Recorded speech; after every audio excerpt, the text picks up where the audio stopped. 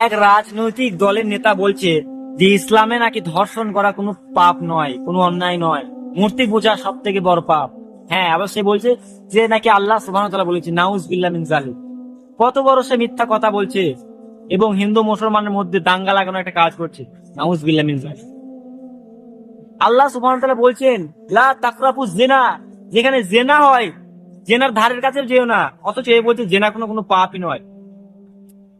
যদি দেখা যায় যে যে সমস্ত রাষ্ট্রে ইসলামিক শাসন চলে এবং যে সমস্ত রাষ্ট্রে ইসলামিক শাসন চলে না, সেখানে কি কতটা পার্থক্য।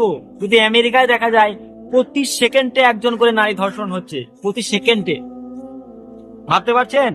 আর যেখানে ইসলামিক শাসন চলে সৌদি আরব, সেখানে ইসলামিক শাসন চলে বলে রেপের সংখ্যা বা ধর্ষণের সংখ্যা খুঁজেই পাওয়া যায় না, খুব কম। হতে পারে কিন্তু খুব কম। কিন্তু আমেরিকায় প্রতি সেকেন্ডে ধর্ষণ হচ্ছে। কেন হচ্ছে? কারণ সেখানে ইসলামিক শাসন চলে না।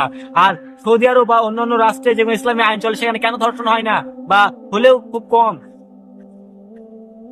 তাই এরকম মিথ্যা অপবাদ দিয়ে হিন্দু এবং মুসলমানের মধ্যে দাঙ্গা লাগানোর চেষ্টা করবেন না, ঠিক আছে?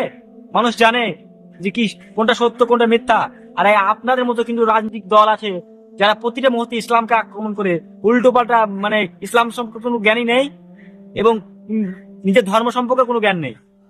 সব সময় ইসলাম সম্পর্কে বিদ্বেষমূলক মন্তব্য করে যাচ্ছে। কিছু এই এই সমস্ত রাজনৈতিক দলের নেতা আছে, তাদেরকে ধিক্কার জানায় যে এই সমস্ত নেতারা প্রতিটা মতে ইসলামের অপপ্রচার করছে। ইসলামের ধর্ষণের শাস্তি হচ্ছে মৃত্যুদণ্ড, এবং এর থেকে বড় শাস্তি হচ্ছে মানুষকে পুঁতে রেখে পাথর মেরে হত্যা করা। আর একই নাকি বলছে যে ইসলামে নাকি মানে ধর্ষণের কোনো মানে পাপই নয়। নাউজ বিল্লাহ মিন জালিক।